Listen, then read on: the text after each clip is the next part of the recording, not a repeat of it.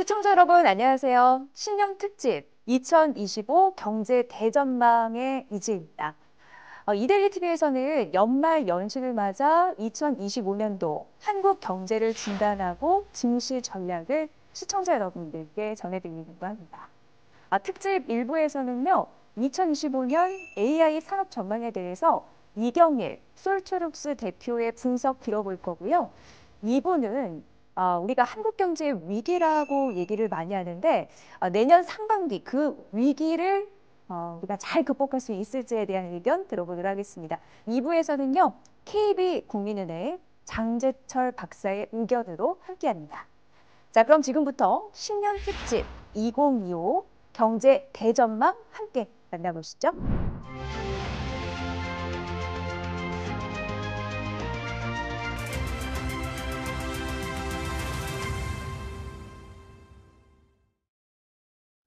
네, 오늘 마켓 비하인드는 좀 특별한 시간을 준비를 했습니다. 트럼프 당선 이후라고 봐야 되겠죠. 유난히 하여간 그 전부터 사실 뭐 조짐이 없었던 건 아니긴 합니다만 유난히 AI 소프트웨어 관련된 얘기들이 월가를 중심으로 좀 크게 나오고 있습니다. 주가도 엄청나게 많이 올랐고요. 근데 결국 이제 이게 앞으로 시사하는 바가 뭔지에 대한 해석은 좀 분명해야 될 것 같습니다. 이게 일종의 뭐 트렌드 이렇게 볼 수가 있는 건지 아니면 뭔가 내년에는 정말 AI 소프트웨어 쪽이 뭔가 확실한 어떤 그런 모습을 보여줄 수 있을 것인 이런 부분들에 대한 것들을 좀 살펴보는 게 결국은 우리 시장 특히 이제 우리 쪽에 이 소프트웨어 관련 종목들 산업들 이런 부분 특히 이제 AI와 연관돼서겠죠.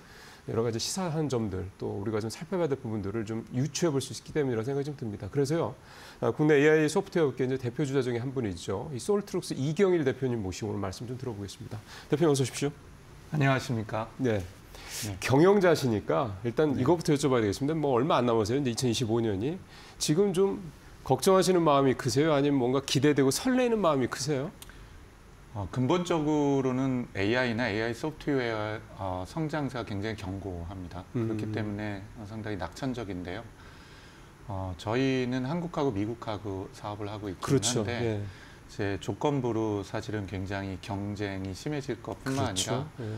또 사실은 뭐 변동 요인이 너무 많으니까 걱정이 더 많죠 지금은. 그러니까 한마디로 표현하면은 내년 상반기를 어떻게 지내냐에 따라서 우리 그 닷컴 버블 때 있었던 것처럼 생존하는 기업들하고 또 빠르게 성장하는 기업이 극명하게 나눠지게 되겠죠. 네. 그러니까 이거를 버티고 이겨내느냐 하는 것이 아마 대부분 AI 기업의 경영자들이 갖는 고민 아닐까 싶은 생각이 듭니다. 예, 이게 사실은 경영자와 밑에 있는 실무자와 사실은 생각이 같을 수가 없거든요. 그래서 제가 어쨌든 이 AI 소프트웨어를 좀 오랫동안 대표님 사실은 굉장히 어떻게 보면 선구자적인 역할을 해오셨던 분이기 때문에 그동안의 과정도 잘 아실 거고 그러다 보니 앞으로에 대한 전망도 어떻게 보면 이제 업계인 누구보다도 잘 아실 것 같아서 그 질문부터 좀 드려봤습니다. 일단 좀 바로 좀 구체적인 질문을 좀 여쭤보면 좀 전에 말씀하신 건 내년에 상당히 이쪽이 좀 여러 가지로 기대가 된다. 업황 자체는 말씀을 하셨는데 물론 경쟁도 만큼 치열해지겠지만 왜 내년에 AI 소프트웨어 쪽이 이렇게 기대가 될 정도로 이렇게 뭔가 뭐 좋아질 거다, 뭔가 좀 바뀔 거다 이런 것들을 생각하시는 건지요? 일단 세 가지 그 큰 변화가 있습니다. 예. 첫 번째는 기본적인 근본적으로 세상을 바꾸거나 변화를 시킬 수 있는 기술이 검증됐다라는 게 중요합니다. 네. 그 챗GPT를 포함한 우리 흔히 말하는 거대 언어 모델 또 생성 인공지능 기술이 본격적으로 일반인이 사용하게 된 게 재작년도 11월 달이거든요. 네. 정확히 표현하면 1년 반도 채 안 됐어요. 그런 거죠. 네. 네, 네. 그러니까 뭐 본격적으로 활용이 되고 나서 사용자들에게 지금처럼 많이 사용이 된 거는 역대 모든 기술 중에서 가장 빠르게 성장하고 가장 빠르게 검증된 기술이라고 볼 수가 있죠.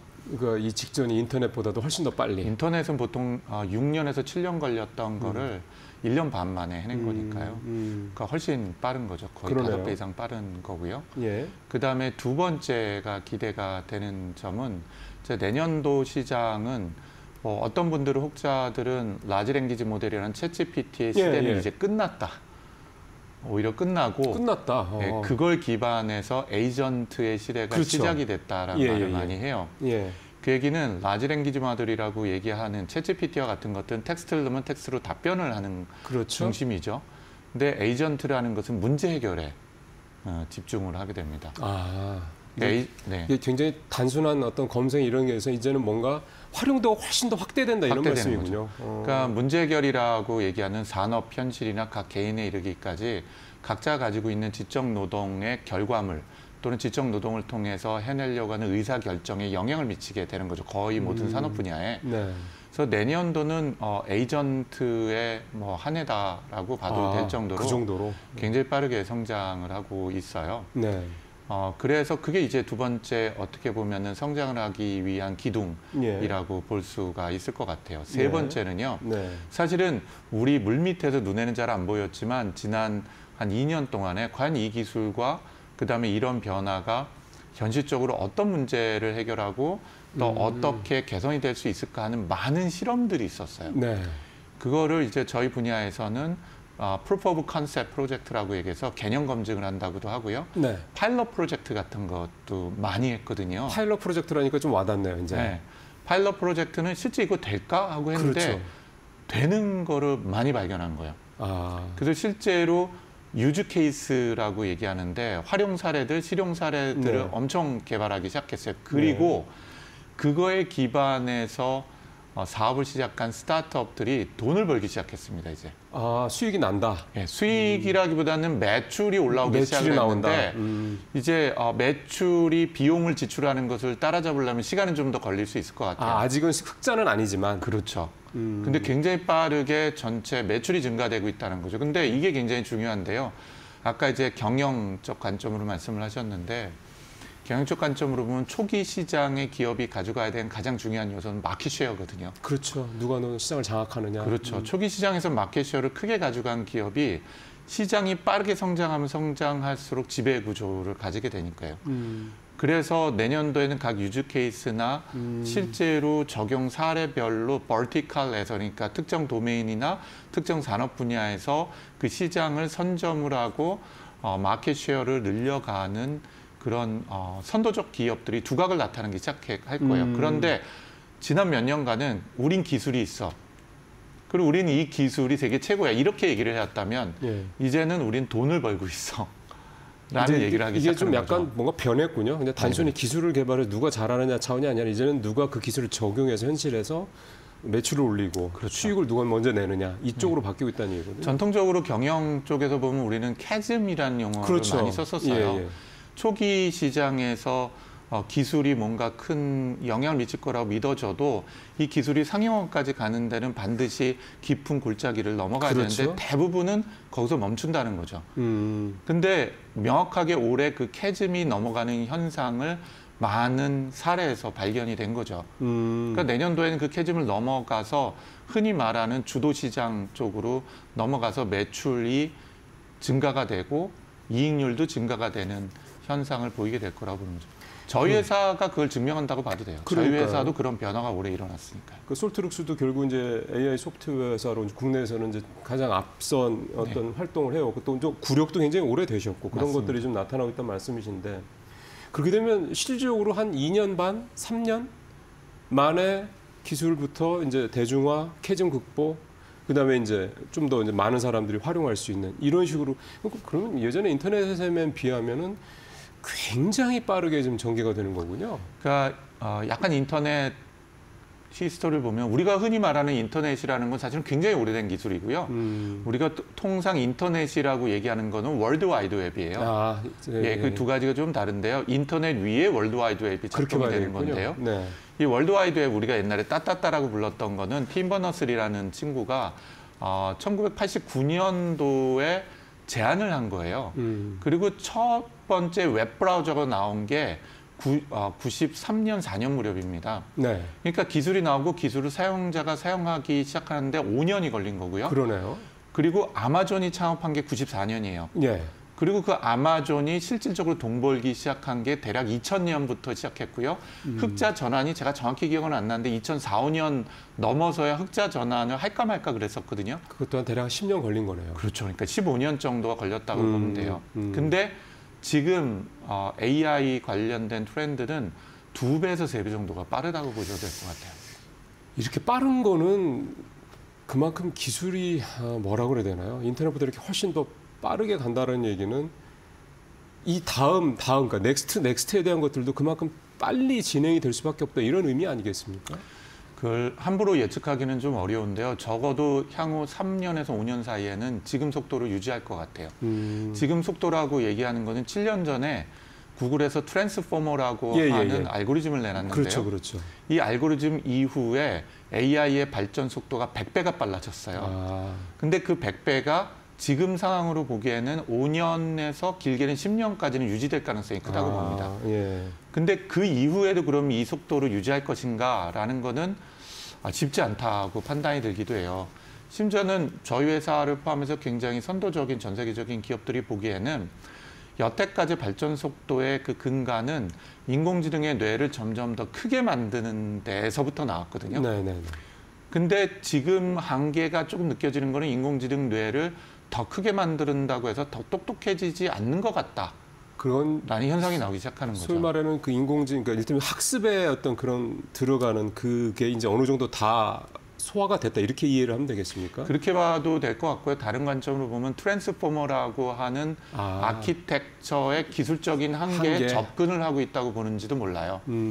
그렇기 때문에 뇌를 더 크게 만드는 구조보다는 같은 크기의 뇌인데 더 똑똑하게 작동하는 방식으로 지금 기술이 변화가 일어나고 있는 거죠. 자, 그럼 그런 부분들 때문에 이제 어떻게 보면은 하드웨어 쪽, 소프트웨어 쪽으로 이제 어떻게 보면 무게 중심이 좀 이동을 한다. 이제 그렇게 봐도 되는 건데 어쨌든 굉장히 좀 빠르게 진행이 되고 있는 거고 지금 당장 사실 올해 엔비디아가 올 초에 뭐 대단한 히트를 치면서 이제 AI 시대가 도래했다라는 걸 어떻게 보면 선구적으로 이끌었던 게 이제 엔비디아인데 엔비디아는 대표적인 AI 하드웨어 어떤 기업으로 이제 우리가 이해를 하고 있고 그게 이제 AI 소프트웨어 기업으로 이제 불과 1년도 채 안 지난 사이에 좀 넘어간다 이런 얘기가 벌써 좀 나오고 있는 건데 그만큼 속도가 빠르다는 얘기인 거고 그럼 이제 AI 소프트웨어 쪽으로 가게 되면 하드웨어 회사는 엔비디아라고 너무나도 분명한 하나의 그 우뚝선 회사가 있었다 그러면 소프트웨어는 굉장히 다양한 분야 아니겠습니까? 그렇죠. 실제로 매출 전체로 본다면은 하드웨어, 소프트웨어 어느 쪽이 크냐라고 독립적으로 묻기는 어려워요. 이게 뭐 굉장히 서로 연결되어 있고 또 동시에 작동이 되는 시장이기 때문에요. 근데 변화가 이루어진 건 확실합니다. 방금 말씀드린 것처럼 더 큰 뇌를 더 많은 데이터로 학습하려고 하면 더 복잡하고 큰 하드웨어가 필요한 거죠. 그 기반이 엔비디아라고 볼 수가 있죠. 그러니까 엔비디아가 초기에 엄청나게 많이 필요하죠. 아까 말씀드렸던 닷컴 버블로 다시 돌아가 보면 닷컴 버블 맨 처음에는 가장 크게 성공한 회사가 시스코라는 회사예요. 시스코는 네트워크를 연동해서 네트워크 장비를 팔던 회사죠. 그러니까 웹페이지를 만들고 웹페이지를 만들기 위한 컴퓨터를 도입을 하면 그 컴퓨터를 네트워크에 연결해야 되니까 당연히 시스코 장비가 제일 많이 필요하게 됐어요. 근데 그게 5, 6년을 못 가요. 그 다음에는 바로 소프트웨어 기업들이 나오기 시작하죠. 우리나라 따지면 네이버 같은 회사일 거고요. 미국으로 따지면 구글이나 아마존 같은 회사죠. 아마존을 명확히 보면은 유통회사라고 볼 수도 있지만 사실은 그 유통 밑에는 모두 다 소프트웨어니까요. 그런데 지금은 그게 더 가속도가 붙었다고 보면 되는 거죠. 그래서 2, 3년 길게는 4, 5년 동안에 지배를 했던 그 하드웨어가 소프트웨어 이관을 하게 되는데요. 실제로 AI 시장을 보면 크게 3가지 그 기둥으로 구성되어 있어요. 하나는 당연히 하드웨어고 두 번째는 그 하드웨어들을 연결해서 서비스할 수 있도록 하는 인프라입니다. 그 인프라를 우리는 통상 IDC라고도 부르고요. 또 뭐 데이터 센터라고도 부르죠. 그렇게 하면 이해하기 쉽네요. 근데 그 데이터 센터가 과거 다른 데이터 센터하고 다른 게 전력과 에너지를 어마어마하게 먹습니다. 그래서 새로운 시장이 만들어지는 게 예를 들자면 소형 원자력 발전소, SMR 같은 시장도 만들어지게 되고 또 고전력 IDC를 확보를 하는 것과 여기에 얼마나 에너지 효율적인 체계를 갖추냐 하는 것도 굉장히 중요한 하나의 기둥이죠. 그리고 세 번째, 이 2가지 위에 올라가서 완성을 해주는 게 소프트웨어와 서비스가 된다고 보시면 될 것 같아요. 실제로 이 시장이 얼마나 규모가 커지냐. 그러면 대략 뭐 사실은 포캐스팅하는 기간마다 다르지만 대부분으로 공통적으로 그 시장 규모가 2030년 정도 됐을 때가 대략 500조 원에서 800조 원이 될 거라고 예측을 해요. 500조에서 800조 원, 예. 전 세계 시장이요. 그 얘기는 삼성전자하고 하이닉스를 합친 것보다 1.5배에서 2배 정도 큰 시장이 완전히 새롭게 만들어진다는 거지. 그게 AI 소프트웨어 시장이라고 볼 수가 있죠. 소프트웨어만. 네, 소프트웨어만요. AI 전체가 아니라. 예. 그러니까 소프트웨어 시장만 500조에서 800조 원이 되리라고 전망을 하는 거죠. 예. 그러니까 하드웨어의 성장 속도는 낮춰지면서 소프트웨어 성장 속도는 더 가속도가 붙을 텐데 제가 말씀하신 것처럼 소프트웨어 시장이 그렇게 큰 이유는 세상이 소프트웨어를 집어삼킨다라는 얘기를 대략 한 10년 전에 되게 유명한 사람이 얘기했거든요. 네. 아마 한 5년 내에 세상을 인공지능이 삼켜버릴 정도로 거의 모든 분야에 인공지능이 들어갈 가능성이 크죠. 모든 산업 분야예요. 모든 산업에. 그게 예. 제일 중요한 말씀이네요. 예, 그 모든 산업 분야라고 얘기하는 금융, 제조, 그리고 뭐 바이오와 같은 헬스케어 맞습니다. 부분들, 네. 유통, 우리가 생각할 수 있는 거의 모든 산업 분야에 들어가는데 그러면 하드웨어는 엔비디아 같은 걸출한 기업이 있는데 네. 소프트웨어도 걸출한 기업이 있느냐. 물론 이 거대한 시장을 지배하는 몇몇 기업들이 있지만 이를테면 빅테크 같이요. 그렇죠. 예를 들면 마이크로소프트나 아마존이나 아마존의 애플이나 애플이나 뭐 메타나 메타 예. 뭐 이런 기업들이겠죠. 그런데 문제는 그 회사들이 어떤 전반적인 시장을 지배해도 버티컬 깊숙이 들어가는 건 그 나름대로의 전문 기업들이 존재를 하거든요. 아, 그러니까 소위 말하는 엣지단에 들어갔을 그렇죠. 때 엣지이기도 하고 또는 정확히 표현을 하자면은 도메인 스페셜라이즈 되어 있는 기업들이 있어요. 의료다. 특정 분야에 그렇죠. 예. 마이크로소프트가 의료를 다 하지는 못해요. 그렇죠. 네. 예를 들면 유통이다. 아마존이 모든 것들을 다 할 수는 없는 거죠. 그렇죠. 그러니까 그 모든 시장 규모가 횡적으로 확 부풀러지면서 확대가 될 가능성이 큰 거죠. 그러면 이거는 정말 인터넷이 세상에 엄청난 그 변화를 가져온 거 이상으로 세상에 현재로서는 상상이 또 충분히 할 수도 없는 정도의 변화를 가져올 수 있다. 그리고 네. 그게 이제 시작점이고 네. 내년부터 이제 그런 어떤 소위 말하는 일상에 우리 사람들의 좀 더 가까이 되는 체감하기가 좀 좋은 수준의 이제 그런 변화들, AI 적용 사례들이 내년부터 본격화될 거다.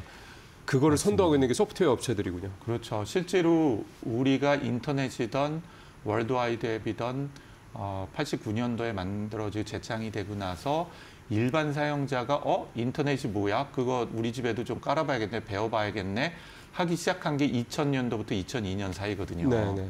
그러니까 10년 그런 정도에 거죠. 걸려서 사용자한테 전달이 되는데 그 사용자들은 하드웨어가 뭔지는 이해하지 않았고 시스코라는 회사는 알지도 못했죠. 그렇죠. 알지도 못했죠. 그냥 네이버와 구글인 거예요. 네. 다 소프트웨어 기업인 거죠. 그게 지금 마찬가지인 게 이 월드와이드웹 같은 형태의 변곡점이 정확히 트랜스포머라고 해서 7년 전에 시작이 된 거예요. 그리고 나서 재작년도 작년도 무렵에 이제 일반인들이 알기 시작을 한 거죠. 네. 그렇게 따진다고 가정하면 이것도 거의 7, 8년 이상이 걸린 겁니다. 일반인이 아는 데까지. 그러네요. 그러니까 이 하드웨어 쪽은 사실 그렇고 우리는 하드웨어는 잘 모르고 결국은 이제 내가 쓰고 있는 실제로 현실에서 핸드폰이 됐든 PC가 됐든 그렇죠. 거기서 느낄 수가 있는 건데 그 역시도 상당히 AI 시대, AI 관련된 부분들은 과거에 비해서 인터넷에 비해서 훨씬 더 빠르게 지금 진행이 되고 있다 이런 말씀 임팩트가 훨씬 크죠. 훨씬 크고요. 실제로 저희 그 성장 전망을 하는 거 보면 보통 연평균 성장률이라고 하죠. 캐거라고 부르는데 우리나라 연평균 성장률이 2% 전후잖아요. 네네. 사실은 잠재 성장률이 2%가 낮아질까 막 굉장히 걱정을 예, 지금 하고 사실 있는 그게 거죠. 제일 큰 고민이죠. 그렇죠. 그래서 보통 우리가 그 고성장 시장이라 그러면 잠재 성장률보다 한 5배 정도 크면은 상당히 큰 시장, 네. 고성장 시장이죠. 예를 들면 연평균 성장이 10에서 15% 사이를 한다 그러면 10배 정도 한다 그러면 고성장 시장이라고 볼 수가 있어요. 네. 예를 들면 우리나라 한 2%니까 야 연평균 시장이 20%씩 성장한대라고 하면요. 근데 AI 소프트웨어 시장은 보수적으로 보는 데가 38% 성장해요. 연평균 38%요. 향후 10년간요. 네. 약간 어그레시브하게 보는 것들은 49%를 봅니다. 연평균 성장률이. 그러니까 우리나라 국가 성장률 2% 기준으로 본다면 평균 40% 성장한다는 건 20배거든요.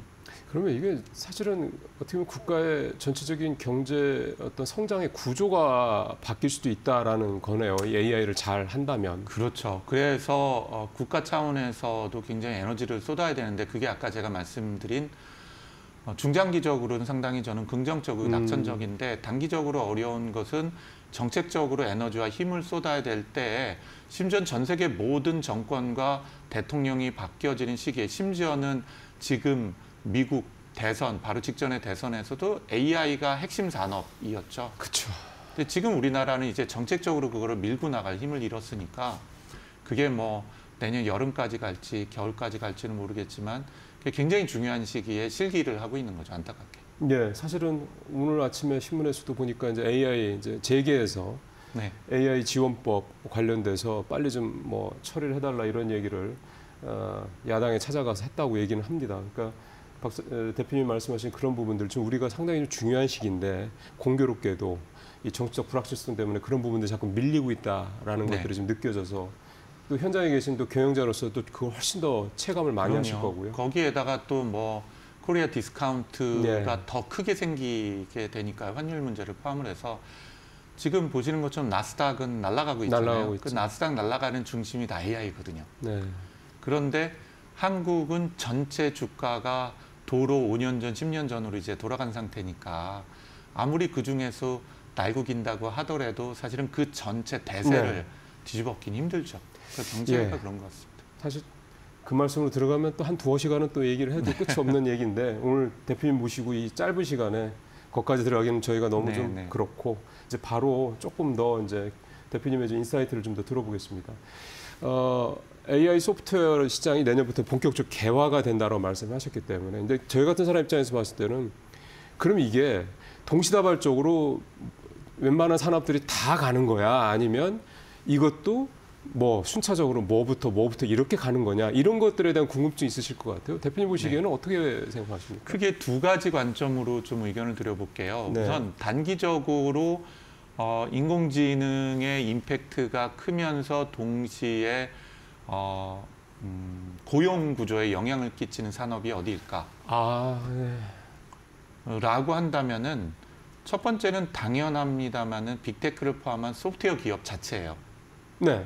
쉽게 얘기하면은 그 소프트웨어 기업이야말로 AI를 도입해서 소프트웨어 산업을 혁신할 수 있기 때문에 가장 성장이 크게 되겠죠. 그렇죠. 그렇죠. 그런데 가장 고용이나 또는 가장 부침이 심한 시장이 될 거예요. 고용이 불안해질 수 있다 이 말씀이신 네, 거예요? 네. 어. 그러니까 다시 말씀을 드리면 미국에서 작년 1년 동안에 가장 해고가 많이 된 직종이 소프트웨어 개발자 직종이에요.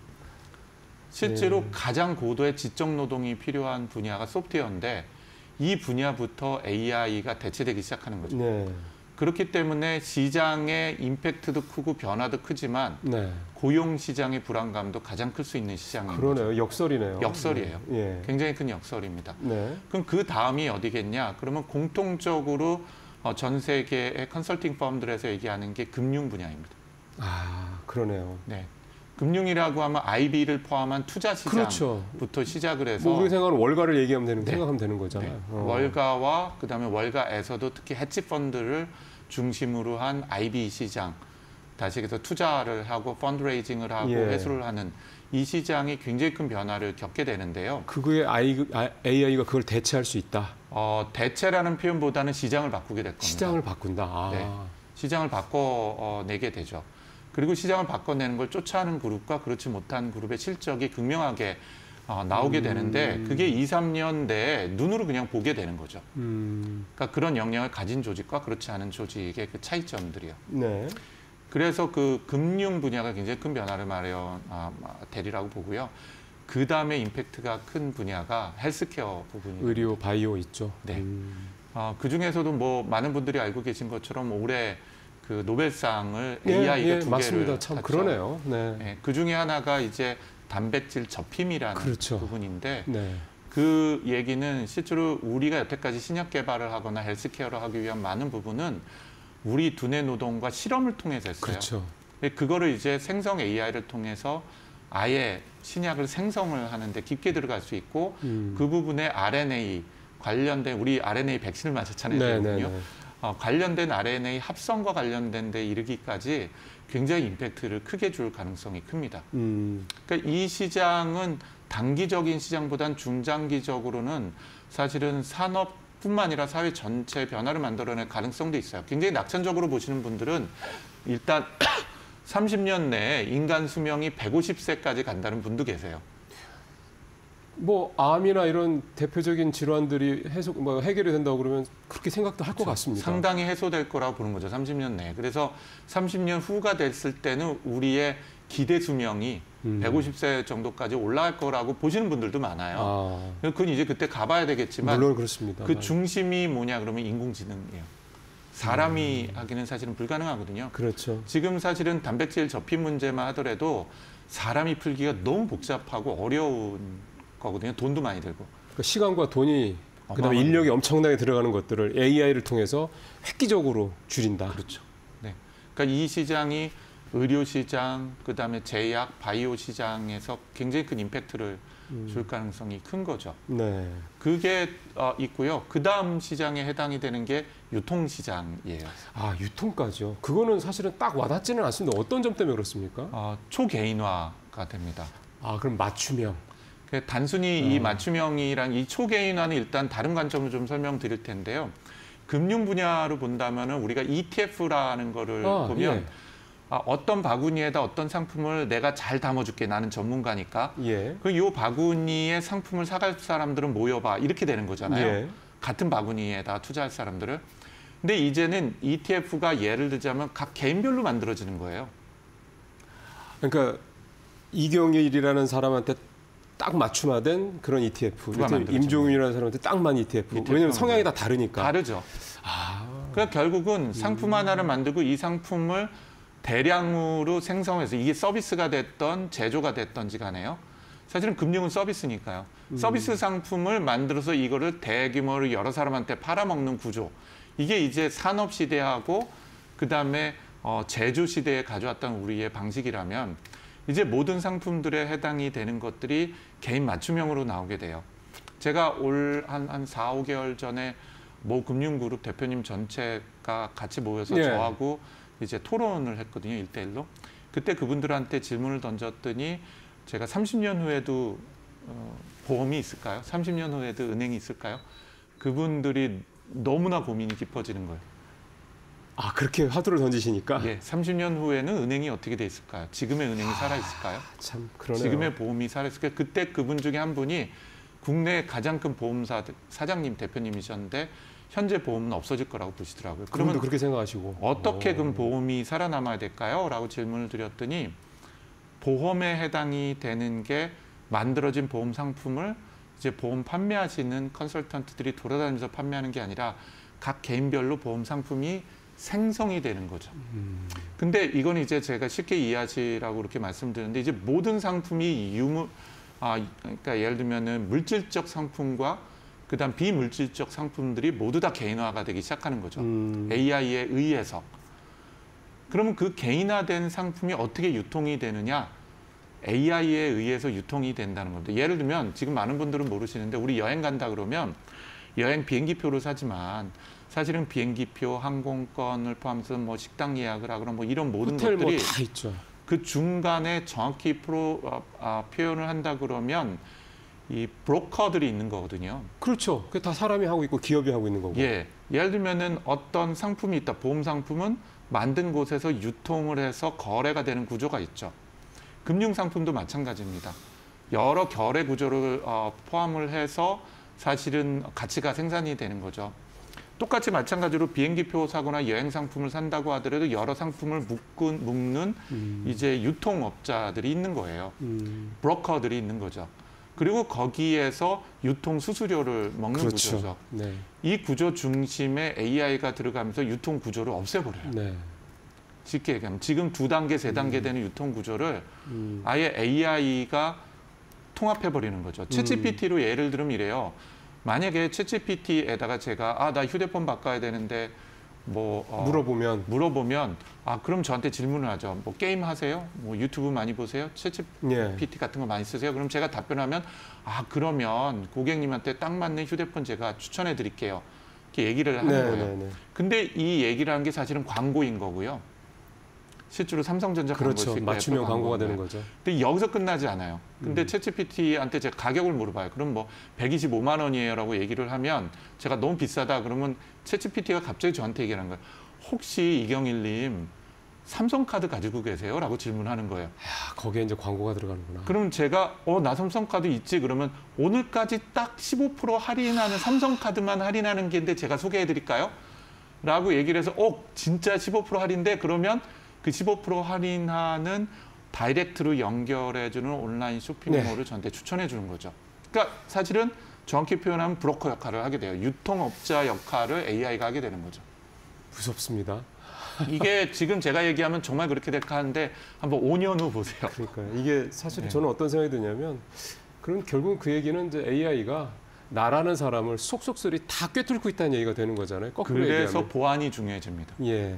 그러면 지금 이제 고용구조, 금융, 의료바이오, 유통 말씀까지 하셨는데 여기에 추가를 한다면 이 보안까지 네. 상당히 이 AI 관련된 세상의 변화에서 일단 눈에 띄게 나타날 것들이 이렇게 보여진다. 맞습니다. 시간이 이제 한 2분밖에 안 남아서 사실 뭐 제가 대표님 모시고 내년에 그래서 어떤 종목을 좀 보면 돼 이렇게 말씀드리는 건 웃기는 얘기고요. 네.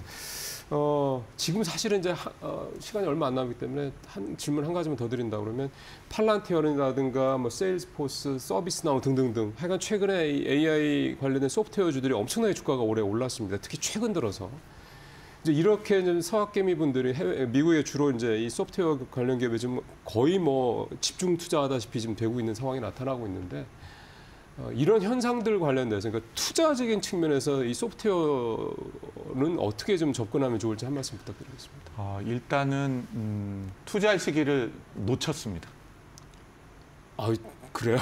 네. 그러니까 정확히 표현을 하면 이건 이제 텐베거 같은 큰 수익성을 얻어내는 얘기인데요. 네네네. 보통 가트너에서 얘기한 하이프 사이클이라는 게 있어요. 기술이 발전을 해서 그 기술이 거품에 있다가 거품이 꺼지고 거기서 옥석 가리기가 되고 나서 돈 버는 기업이 나오는 이 사이클인데요. 실제로 그럼 투자가 언제 이루어져야 되냐? 약간 리스크가 있지만 거품이 생기기 전에 투자가 이루어져야 돼요. 그럼 거품도 감수하면서 투자한다는 그렇죠. 말씀이군요. 실제로 돈을 많이 벌려면. 그래서 그게 이제 1차 투자의 시기인데 그게 언제였냐?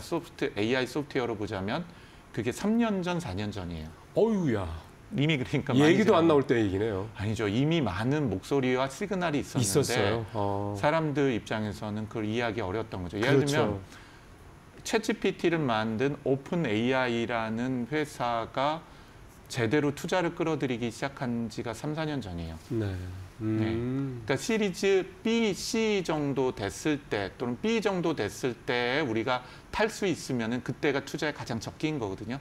C면은 조금 늦어지기 시작했는데 그러면 지금 오픈 AI는 어디까지 왔냐? 시리즈 E까지 간 거예요. 네. 너무 늦어진 거죠. 그렇죠. 네. 그래도 포트폴리오 차원에서 뭐 몰빵은 이제 말씀하신 대로 늦었고 네. 포트폴리오 배분 차원에서 소프트웨어 관련주들은 안고 가는 건 필요하다. 괜찮다고 보여지는데 그게 바로 이제 다시 캐즘 같은 형태를 극복하는 시기에 올라가면 뭐 10배, 20배 되긴 힘들어도 뭐 5배 그렇죠. 뭐 이렇게까지 성장할 수 있는 시장이니까요. 왜냐하면 볼륨 자체가 커지는 맞습니다. 시장이니까요. 네. 예.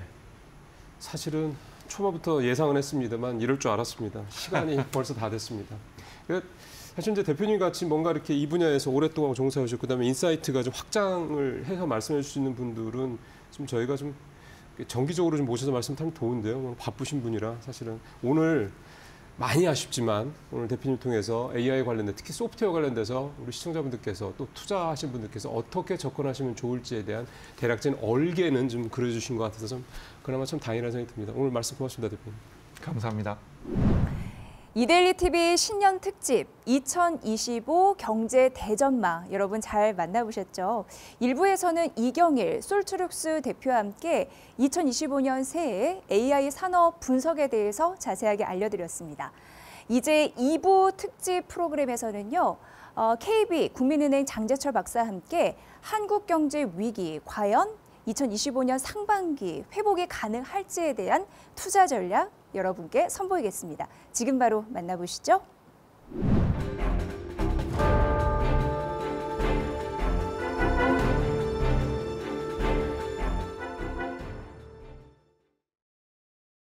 네, 이코노미톡 시작하겠습니다. 뭐 한국 경제 어렵다 하는데 환율, 금리, 물가 이런 개념 좀 오늘 정리하고요.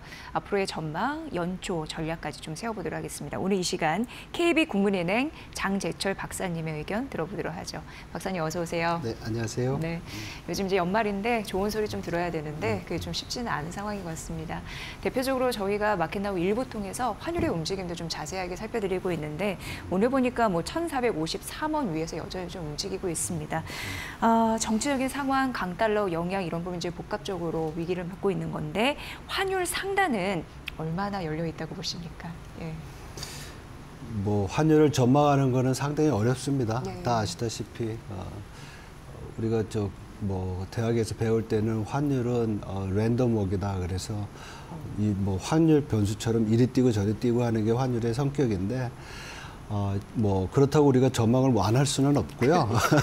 전망을 한다고 보면 요즘 너무 힘들어가지고요. 기본적으로 달러 원 환율에 영향을 미치는 게 이제 달러 강세잖아요. 근데 지난주에 있었던 미 연준의 12월 FOMC 통화정책결정회에서 정책금리를 인하를 했지만은 그 이후에 굉장히 이제 약간 뭐 호키시한 그런 경제 전망이 있어서 달러 지수가 올라갔어요. 약 한 2% 내외 정도 올랐어요. 106에서 108까지 달러 지수가 올랐는데 이게 올라가면 달러가 강세되는 의미인데요. 이거에 비해서 달러 원 환율은 당시 1,438원대에서 지금 1,453원, 52원에서 약 한 1% 정도 올랐습니다. 그래서 전반적인 달러 강세보다는 크지는 않지만 달러가 이제 원화가 달러에 대해서 약한 그런 모습을 계속 보이고 있고요. 향후 전망을 해보면 뭐 지금 있는 정치적인 불확실성에 따른 리스크 프리미엄도 있지만은 제가 볼 때는 미국의 대중국 관세 이 부분에 의해서 위안화가 추가적으로 약세가 될 가능성이 있는데요. 이렇게 되면 뭐 위안화 환율이 달러당 7.5, 7.6 위안까지 상승한다고 하면 지난번에도 말씀드렸지만 달러 원 환율은 1,500원 가까이 올라갈 수도 있는 그런 상황입니다. 그래서 상방이 어디까지냐라는 그런 어떤 전망보다는 변동성이 클 것으로 보이고요. 그리고 이러한 변동성은 또 어떻게 보면 빨리 진정될 수도 있습니다. 그래서 변동성은 뭐 트럼프 2.0이 시작되기 전까지 그리고 관세, 중국에 대한 관세가 결정되기 전까지는 우리가 불가피하게 봐야 되는 그런 상황이라고 말씀드릴 수 있습니다. 네, 정말 복합적인 이슈 중에 위안화 약세도 영향을 미치는군요. 그런 부분 좀 보셔야 될 것 같고 그래서인지 몰라도 이창용 그 한국은행 총재가 이런 얘기를 했습니다. 사실 본인은 환율을 더 걱정한다. 왜냐하면 금융시장이나 심리에 조금 더 반영이 되기 때문에. 그런데 이제 물가 얘기도 안 할 수가 없겠죠. 보니까 물가 관련해서는 환율이 달러원 환율 말씀드리는 건데 1,430원을 유지할 경우에 물가 상승률이 0.05%포인트 정도 오를 것이다. 이런 또 코멘트를 했습니다.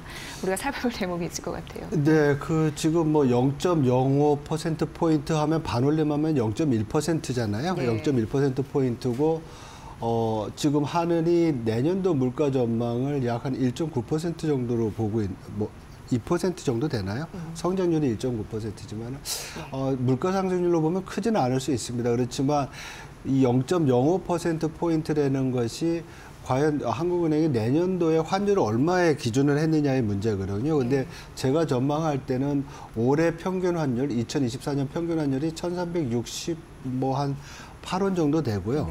내년도 환율이 1,370원 좀 넘을 거로 보입니다. 그래서 조금 올라가는데 평균 환율 말씀하시는 평균 환율이죠. 거죠? 1,370원 정도인데 이게 1,430원 이렇게 올라간다면 약 한 4.4% 올라가는 거예요. 네. 근데 산업연구원이나 국회 예산처나 이런 데서 전망한 거 보면 환율이 10% 올라갈 때 물가 상승률이 0.3% 올라간다고 그러거든요. 네. 그걸 대비하면 약 한 0.13%포인트 올라갑니다. 그래서 10원 지금 예상되고 있는 1,440원대 분명히 물가 상승 요인은 되죠. 그렇지만은 이게 그렇게 큰 폭의 그런 상승은 아닐 것이다라고 생각이 되는데 만약에 앞에서 말씀드린 대로 1,500원까지 올라가서 오랫동안 지속이 된다고 하면 수입 물가를 통한 물가 압력이 커질 수 있는 그런 개연성은 충분히 있다고 봅니다. 네. 그 올해 경제 성장률 말씀해 주셨는데 마침 또 이창용 총재가 올해 경제 성장률이 그러니까 한국 2.1% 정도 될 가능성이 굉장히 크다고 얘기를 했네요. 예, 경제 성장률 둔화에 대한 내년 같은 경우에는 뭐 어디서 이제 집계한 거 보면 1%로 내려갈 가능성도 있고요. 이에 대해서 또 시장에 받는 또 타격도 일정 부분 있을 것 같고요. 예. 예, 제일 중요한 거는 지금 12월 달에 소위 말해서 비상계엄 사태 이후에 소비 네. 심리가 엄청 나빠졌죠. 오늘 나온 그 소비 심리 지수를 보면 전월보다 약 한 뭐 12.3%인가요? 12.3%포인트 정도 낮아져서 88 정도 떨어졌는데 소비 심리가 이렇게 위축된 것은 글로벌 금융위기 때 그때랑 비슷하다고 합니다. 2008년도까지. 예. 그러니까 소비 심리가 굉장히 안 좋고 최근에 신용카드 사용액도 많이 줄고 있는 거로 나타나고 있습니다. 그래서 이러한 부분이 민간 소비, 특히 소매 판매 같은 경우에 영향을 미치는 것으로 보이고요. 지금 소상공인들의 매출 감소가 되게 크게 나타나는 거로 보이고 있어요. 그래서 이런 부분들이 소비 감소를 통해서 4분기 경제 성장률을 낮추게 되면 올해 성장률 2.2%도 뭐 2.1%까지 내려갈 수 있는 그런 상황이 될 수 있는 것 같고요. 또 내년 성장률도 이러한 추세가 지속된다고 하면 분명히 영향을 미칠 것으로 보입니다. 그래서 경기의 정치적 불확실성에 따른 경제 심리 악화가 상당히 하방 위험, 하방 리스크로 작용하고 있다는 점은 부인할 수 없을 것 같습니다. 네. 그 관세청이 이제 발표를 하잖아요. 수출입 현황을. 그걸 보니까 반도체 수출은 뭐 여전히 잘하고 있다. 이런 생각은 듭니다. 내년 이제 반도체 성적표 이런 부분도 좀 봐야 되는데 그 흔히 얘기하는 얘기가 이제 D램 그리고 중국 트럼프 이 3요소의 영향을 좀 많이 받을 것이라는 예측이 있는데 좀 그 현황에 대해서 좀 데이터를 좀 분석을 해 주셨죠. 네네. 지금 올해 12월 달에 1일부터 20일까지 수출이 전년 동기 대비 약 한 6.8% 증가했습니다. 그래서 11월 달에 5.7%보다는 좀 높은데요. 이렇게 뭐 약 한 6%대 후반의 수출 증가에는 반도체가 크게 기여를 했습니다. 그리고 컴퓨터 주변기기 그래서 이런 부분들도 좀 크게 호조를 보였는데 문제는 이제 내년입니다. 올해 반도체 수출 증가율이 약 한 40% 이상 늘어났었어요. 근데 내년도의 반도체 수출 증가율은 거의 뭐 한 2%대, 2.2%대로 증가할 거로 지금 무역협회는 전망하고 있습니다. 네. 그래서 저는 뭐 수출 전망을 할 때 무역협회의 자료들을 많이 의존을 하는데요. 굉장히 이제 뭐 업체들이랑 저걸 하니까 잘 하시는 것 같아요. 그래서 보면은 굉장히 신뢰성이 있는 자료 같은데 어쨌든 올해 40% 증가했던 반도체 수출이 내년에 2.2%로 줄고요. 말씀하신 대로 중국의 레거시 반도체의 시장 점유율 확대 그리고 HBM 쪽에서의 뭐 추가적인 어떤 증가에 있어서의 제약 이런 부분들이 반도체 수출을 좀 제약할 것 같고요. 이런 부분은 전체적으로 올해 반도체 수출이 좋아서 올해 수출 증가율이 약 한 8.4% 늘어날 거로 보였는데 내년도에 2.2%로 준다고 하면 내년도 연간 수출 증가율은 놀라지 마십시오. 1.8% 증가할 거로 예상이 됩니다. 그러니까 1%대의 수출이 증가가 예상되는 내년도의 그 수출 환경이라고 보면 물론 많은 부분들이 플러스의 증가율을 보일 거로 보입니다. 그렇지만 자동차 부품, 석유화학 부분 이런 부분들은 상당히 부진한 모습을 보일 거로 예상이 돼서 그렇게 내년도 수출 환경은 그렇게 긍정적이지 않은 상황이라고 지금 예상이 되고 있습니다. 네. 이런 그 안타까운 그런 데이터를 말씀드리고 있는 상황인데 사실 새해가 되면은 희망찬 얘기도 좀 드리고 싶고 위안이 될 만한 그런 거리도 있었으면 좋겠는데 그래서 그 비관론자 말고 좀 긍정론자들의 기사 이런 것도 데이터도 찾게 되거든요. 그런데 일부 보니까 국내외 주요 증권사들이 증권사라서 그러는 걸 수도 있습니다. 사실 그거는. 근데 내년 상반기 이후에 또 증시 회복 가능성을 얘기하는 그런 멘트들을 또 내놓더라고요. 실현 가능성 어떻게 보시는지 궁금했습니다. 저는 뭐 50% 이상 된다고 생각을 합니다. 왜냐하면 지난 2년 동안 뭐 글로벌하게 보면 수출 환경은 점진적으로 나빠졌고요. 그리고 특히 작년에는 반도체 사이클이 피크아웃하면서 수출의 어떤 성장 기여도가 지금 줄고 있는 상황이에요. 네. 이런 상황에서 내수 부분에서의 그 위축이 계속되면서 성장을 많이 이제 제약했던 부분이 있었는데 어떤 뭐 이유든지 간에 지금 내년 초가 되면 추가적인 어떤 재정 지출을 통한 경기 부양이 예상되고 있잖아요. 추경 편성하라 이런 얘기도 그렇죠. 많이 나오고 있고요. 추경 편성이 되고 있고 한국은행도 기준금리를 낮추고 추가적으로 또 뭐 약 한 2회 정도 낮출 수 있는 여유가 있다고 보면 금리 인하와 정부의 어떤 재정의 어떤 지출의 확대, 그걸 통한 경기 활성화가 좀 조짐을 보인다고 하면 이것은 분명히 경기뿐만 아니라 증시에도 긍정적인 영향을 줄 수 있을 것 같아요. 왜냐하면 우리 경제도 그렇고 증시도 그렇고 내수 부분과 수출 부분이 같이 있잖아요. 그래서 여태까지 내수 부분이 위축이 되면서 시장의 어떤 투심을 약화시켰던 부분이 있었는데 이 부분이 개선이 된다고 하면 특히 내수 위주의 어떤 섹터나 그리고 중소형주 그리고 정책금리가 인하할 때는 소위 말해서 스몰캡, 중소형주의 어떤 약진이 기대가 되는 부분이 있거든요. 그래서 이런 것들을 좀 감안한다고 하면 적어도 내수 부분에 있어서는 올해보다는 내년이 좀 더 좋지 않을까. 그래서 좀 긍정적인 면도 우리가 생각해 볼 수 있는 그런 시점이라고 볼 수 있습니다. 네. 저는 이것도 좀 신경이 쓰이더라고요. 연준의 금리 인하가 조기에 중단될 가능성이 있다. 10년물 국채금리 일어나서 매번 확인하는데 4.58%도 넘어서 장중에 4.6도 넘었죠. 예, 그런 흐름들이 나타났거든요. 예, 어떻게 보세요? 예.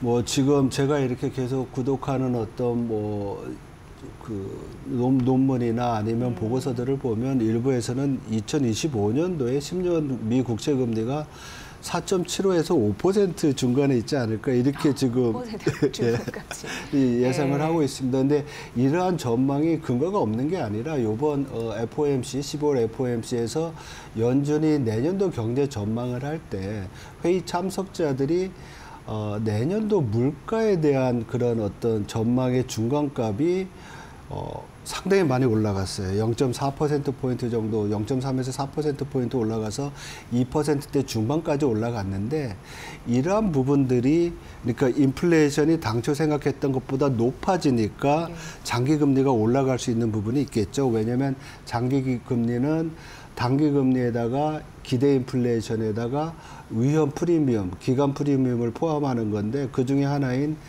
인플레이션이 높아진다 그러면 장기 금리는 올라갈 수밖에 없는 겁니다. 그래서 이러한 부분들이 좀 반영이 돼서 좀 높은 수준을 유지하고 있고요. 그리고 이렇게 기대 인플레이션이 높다고 하면 그리고 이번 경제 전망에서 또 내년도 성장률 전망치를 올렸어요. 올해는 또 상당히 많이 올렸고. 네. 성장률도 좋고 인플레이션도 높고 그러면 9월 달에 예상했던 내년도의 금리 인하 횟수 4회가 요번에는 2회로 줄었습니다. 그만큼 금리 인하를 덜 하겠다는 거죠. 네. 그래서 파월 의장은 기자회견에서 이제 연준의 통화 정책이 새로운 단계로 접어들었고 그 새로운 단계는 금리 인하가 점진적일 수 있을 것이다라는 그런 시사점을 던졌습니다. 그래서 이러한 부분들이 좀 된 거고요. 그래서 내년도 1월 달에 있을 FOMC 통화정책회의에서 연준은 정책금리를 동결할 것으로 지금 시장은 예상을 하고 있습니다. 네. 미국 의회가 이제 트럼프 당선인이 예고했죠. 부채 한도를 빼라. 근데 어쨌든 임시 예산안을 처리하면서 셧다운 위기는 넘어간 상황입니다. 그러나 막대한 부채가 있습니다. 네. 나라 재정 비중 어마어마시하잖아요. 근데 적극적인 이제 재정 정책도 한계에 봉착한 게 아니냐라는 목소리도 있습니다.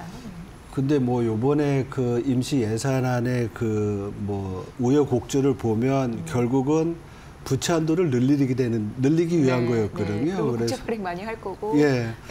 그 얘기는 더 쓰겠다는 의지가 아주 강력하게 발현이 된 거고요. 그래서 요번 그 의결에서는 부채 한도의 어떤 그 뭐 폐지나 아니면 유예 이런 부분은 포함되어 있지 않지만은 공화당 단독으로는 지금 부채 한도를 내년도에 약 한 1.5조 달러 정도 올릴 거로 지금 계산을 하고 있어요. 왜냐하면 내년도가 되면 상원도 하원도 다 공화당이 이제 지배를 하고 있으니까 어떤 결정을 하기 굉장히 쉽겠죠. 그래서 부채 한도는 약 한 추가적으로 1.5조 달러 올리는데 좀 장기적으로 봤을 때 재정 지출은 2.5조 달러 정도 줄이겠다. 이렇게 이제 어떻게 보면 늘리고 줄이는 그런 정책을 썼습니다. 그렇지만 우리가 트럼프 2.0이 가장 특징이 관세뿐만 아니라 감세도 있거든요. 예. 감세를 하게 되면 앞으로 향후 10년 동안 트럼프 2.0의 재정정책 감세안이 유지된다고 하면 정부 부채가 약 한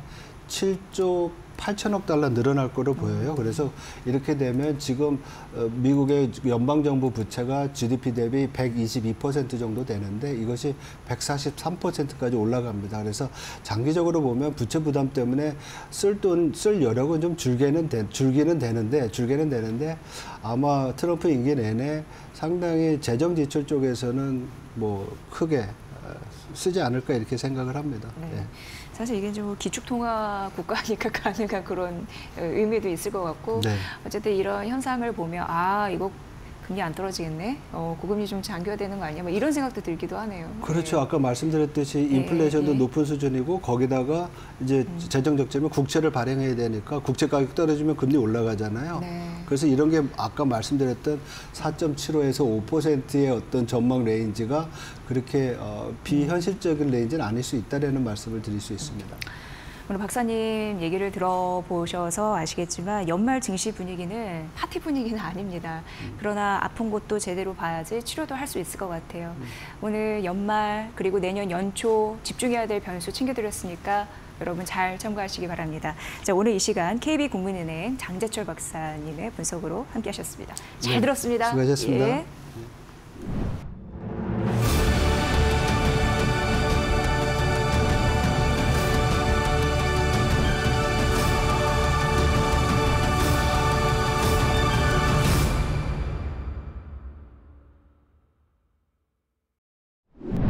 이데일리 TV 신년 특집 2025 경제 대전과 함께했습니다.